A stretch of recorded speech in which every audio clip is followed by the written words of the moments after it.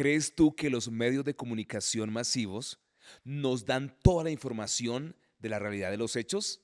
Amigos, bienvenidos a un espacio más de Inverso. Qué rico saludarles, darles un cordial saludo muy, pero muy especial. En esta ocasión, una lección muy interesante con un equipo muy especial y quiero aprovechar, darle la bienvenida a ellas y preguntarles, Nata, ¿crees tú que los medios de comunicación, prensa, radio, televisión, nos cuentan la realidad de los hechos como son? Bueno, ay no, yo iba a decir buenos días, buenas tardes. Olvídalo, corte, por favor. Yo, ay, ¿qué digo? ¿En qué día me Solamente estarán viendo? sigue que se edita. Hola, pastor. Bueno, la verdad yo creo que los medios de comunicación tergiversan la verdad y algunas veces algunas noticias nos hacen infundir miedo y pánico. Entonces yo creo que sí nos Muy manipulan. bien. Bueno, el amarillismo es algo con lo que juegan los medios de comunicaciones, sentimientos y decisiones. Quiero preguntarle a Vanessa y darle la bienvenida a un espacio más de Inverso. Vane, ¿tú crees que los medios de comunicación influyen en nuestras decisiones y estados de ánimo? Claro que sí, Pastor, igual, qué gusto saludarlos, saludar a Nata y a todos los que nos están escuchando, nos están viendo. Y claro que influyen. Yo siento que muchas de las cosas que llevamos puestas es porque los hemos visto en medios de comunicación. Muchas de nuestras opiniones es porque lo hemos escuchado de los medios de comunicación, así que sí, influyen un montón. Bueno, ¿qué pasaría si saliera a la luz pública realmente los hechos ocultos, la realidad como es, lo que no nos han contado? Porque sí, hay muchas cosas que nos presentan en los medios de comunicación masiva que no son así o tienen su toque de influencia política. Pues déjenme decirles esto, exactamente en 1970 1970. hubo un escándalo, el escándalo de Watergate, donde salió a la luz pública cómo la prensa manipulaba, cómo unos actos de corrupción manchaban el gobierno del presidente americano Richard Nixon. Entonces uno se pone a pensar, wow, ¿qué pasaría si en este momento saliera a flote la realidad de las cosas, la verdadera intención de los políticos, de los programas, de todo lo que nos venden aparentemente bueno en los medios de comunicación? No, yo creo, y imaginándolo, yo creo que vienen como muchas otras ondas, diría yo, que lo van a mentir, van a decir que no es cierto, y uno quedaría como en un limbo de es, no es verdad, no es verdad. Pero, uy, sería tenaz que estas cosas salieran a la luz. Considero igual porque hay muchas personas que también creen y entregan toda como su fe en el gobierno y dicen, no, pero es que él es lo más verdadero que ha podido existir a lo Nada de largo de la corrupción historia de hay ahí. nuestro país, no hay nada de corrupción, entonces yo creo en él, yo creo que lo que él está haciendo es bueno y yo hice una buena elección. Entonces está como la contraparte, las personas que lo apoyan a ese gobierno y las que verdaderamente dicen, no, así ve, ese tenía su guardadito por ahí. Uy, me gusta esa frase. Ese tenía su guardadito. ¿Qué pasaría si en este momento públicamente se diera a conocer nuestra vida privada? ¿Será que sí Uh, seríamos coherentes con lo que decimos versus con lo que vivimos cada día? ojalá, ¡Wow! Bueno, ojalá quiero fuese decirles que la así. lección de esta semana es muy buena, muy interesante y de mucha reflexión, de hecho. Chicas, chicos, amigos, familias que nos ven, que nos escuchan, ¿qué pasaría si en este momento su vida queda expuesta? ¿Qué pasaría? Pregúntate eso a ti y reflexiona. Si en este instante tu vida se abre y todo el universo se da cuenta y toda la prensa, la radio, la televisión se da cuenta de lo que tenemos en los registros, ¿qué habría escrito allí? ¿Nos daría vergüenza o sacaríamos pecho diciendo, oye, Estaríamos qué bien, orgullosos. Dios es bueno conmigo? Uh, Y es un momento en el que, de hecho, yo creo que cuando el pastor mencionó esa pregunta, nosotros dijimos, ay, yo hice algo mal esta mañana, o dije algo que no debía, o traté mal a una persona. Es como el momento en el que tenemos que decir, oye, pero esto está siendo escrito, esto Dios lo está viendo, no hay nada oculto para Dios. Entonces, es analizar la vida de cada uno de nosotros y decir, oye, necesito cambiar en esto porque nosotros no sabemos hasta cuándo tengamos vida. Puede que mañana podamos morir o que vivamos 10, 20, 30 años. Pero entonces, ¿cómo estoy viviendo mi día a día? Así es, y no importa, Vane, si los medios de comunicación nos han dicho la verdad o no, hay un registro ajá. fidedigno de todo lo que ocurre. públicamente, privadamente, todo, hay un registro. Y la Biblia habla de ese registro. De hecho, hay 4 libros donde se registran los hechos. Primero está el libro de la vida, Apocalipsis 20:27. Allí se registra todos los nombres de las personas que aceptaron a Jesús. Número 2 está el libro de las memorias, donde cristianos, no cristianos, creyentes, no creyentes, todos tenemos nuestros nombres en el libro de las memorias. Y frente a nuestro nombre, Nata y Vane, para que usted se emocione y se preocupen también, frente a nuestros nombres hay 2 líneas, la de las cosas buenas y la de las cosas malas. Hay 2 registros. Está el tercer libro, que es el libro de la ley, y el cuarto, que es el libro de la muerte. ¿Qué les parece?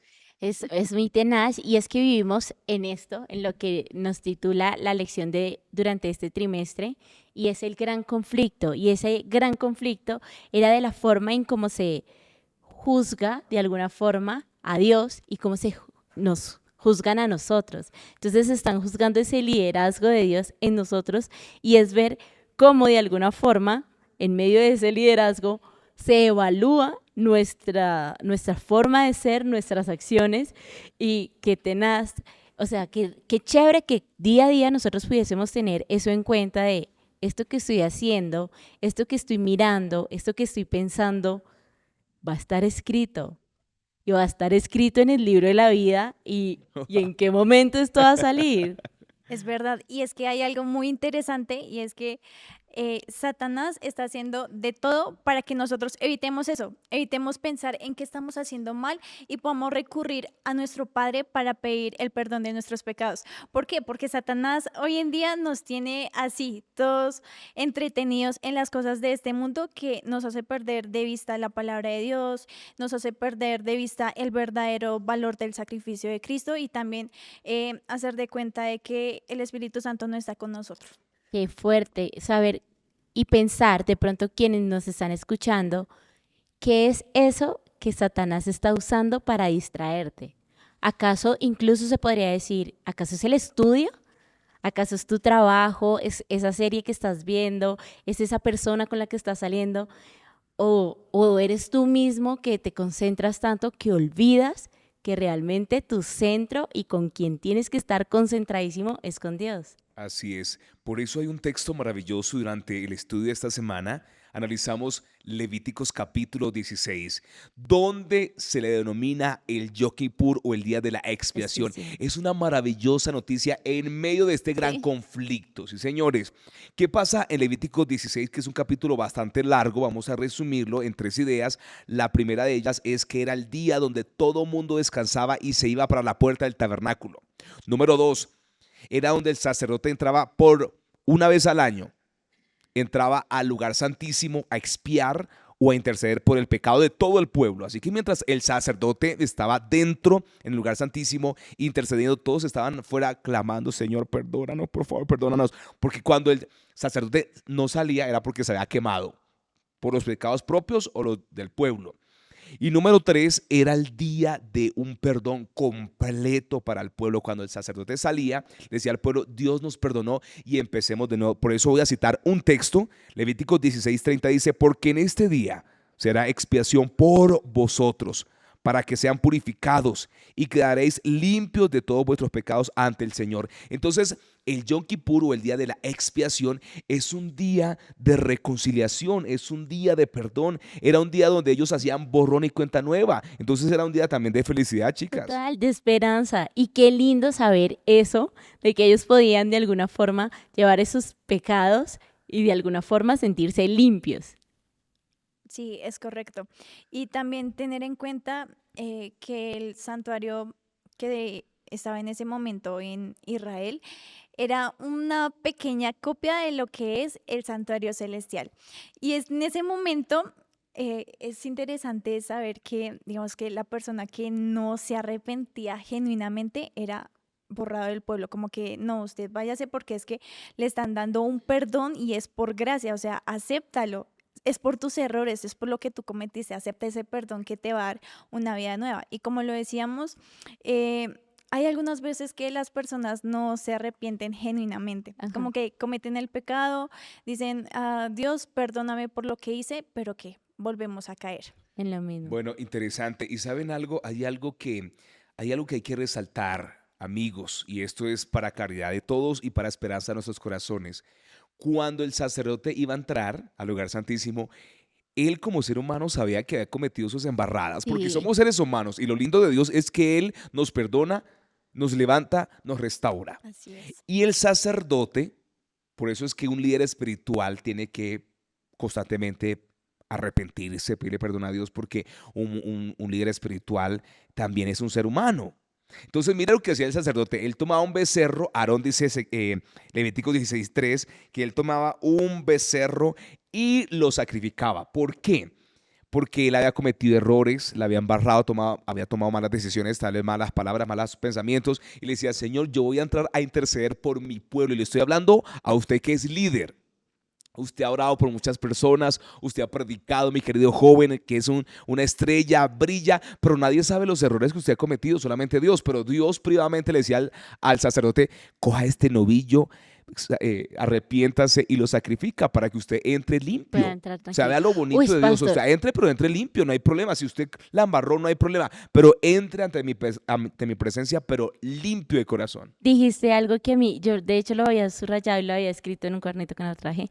Todos los que se habían arrepentido y reclamaban el sacrificio por sus pecados estaban a salvo. Uy, o sea, Wow. sentirse que estás a salvo, pues el animal asumía simbólicamente la pena que exigía la justicia.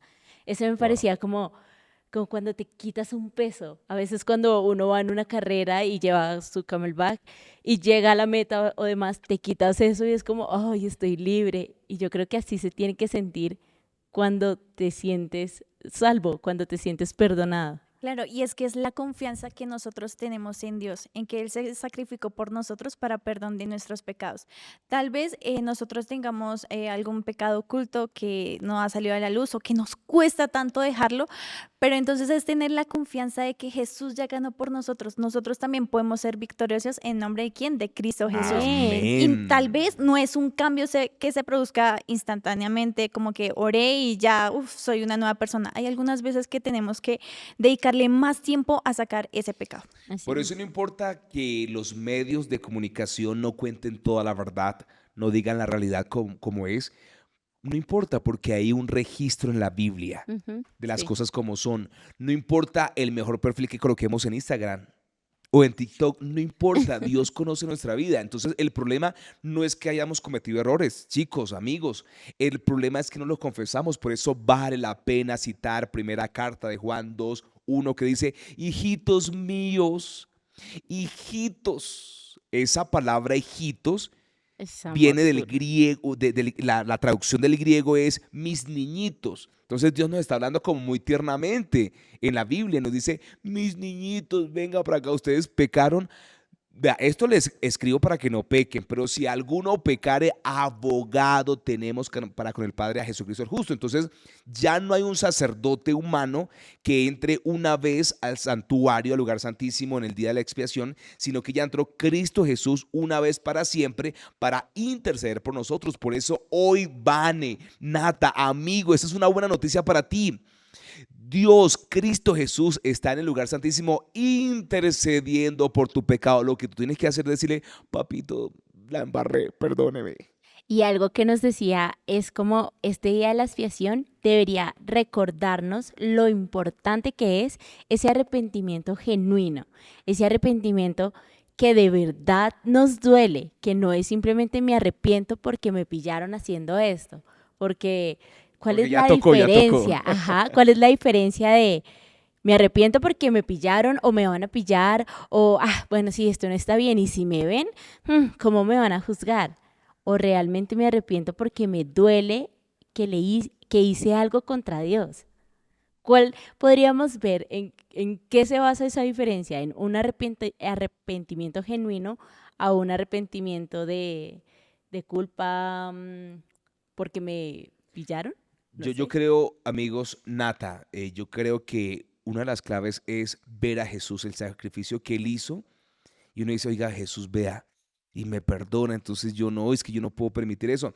Había algo que hacía el sacerdote en el día de la expiación en Levíticos capítulo 16, versículo 7, dice que se tomaban dos machos cabríos. ¿Conoce usted Ujú. macho cabrío, Nata? Conozco una oveja y una cabra, macho Macho cabrío. cabrío es como un primo del cabro. Entonces Ok. sí. Vea lo que ocurría.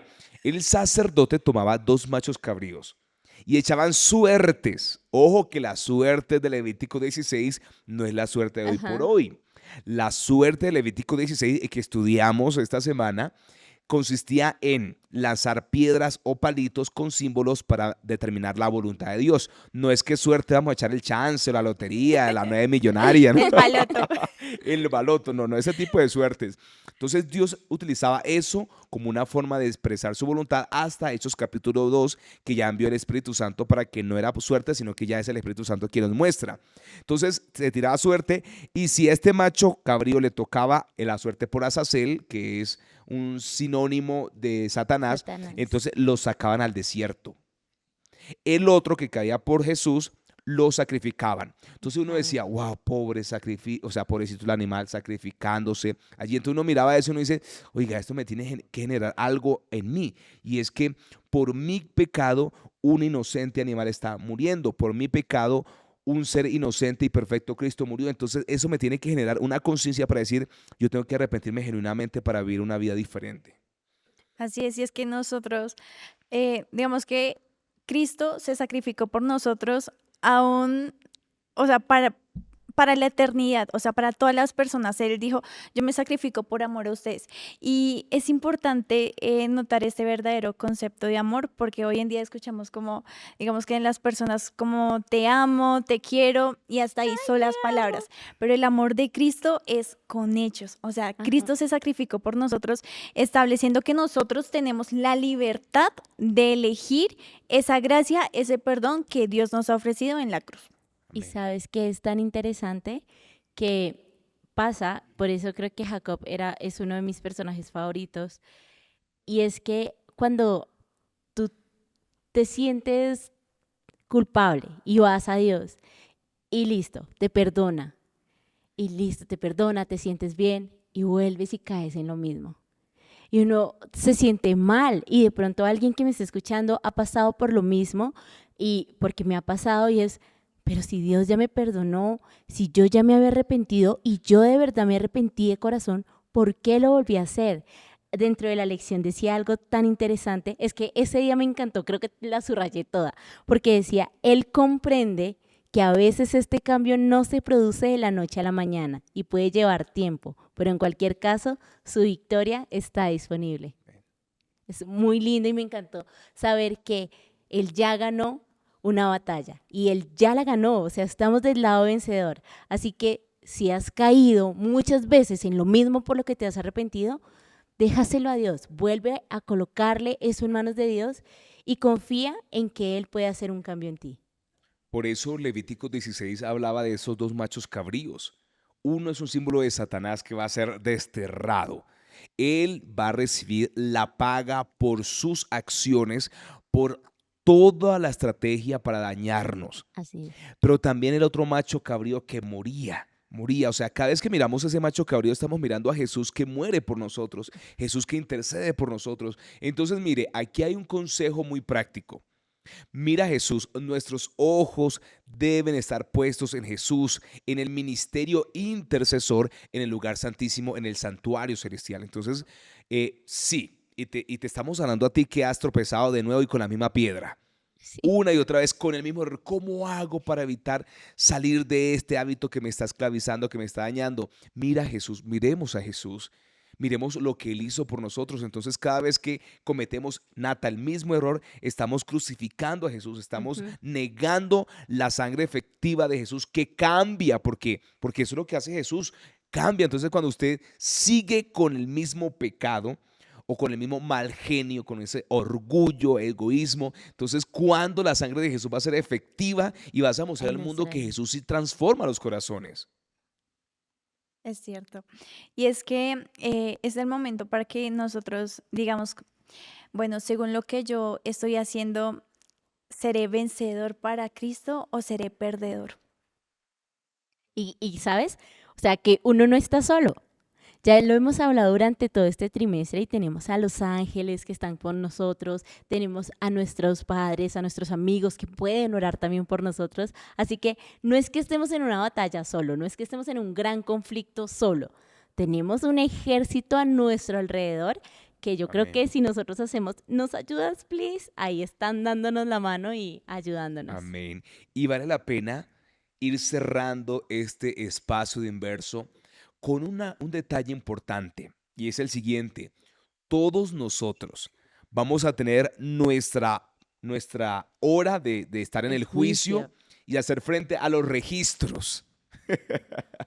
Entonces tú vas a estar en el juicio, dice Apocalipsis 20:12, vi a los muertos grandes y pequeños de pie ante el trono de Dios y los libros fueron abiertos, es decir, que todos vamos a estar en un juicio ante Dios, grandes y pequeños, y cuando se abran los registros vamos a dar cuenta, pero la pregunta es, si tú le has entregado tu corazón a Jesús, si te has arrepentido genuinamente de tus pecados, entonces, ¿qué va a haber enfrente de nuestros pecados? El perdón. El perdón, Con total seguridad. el perdón.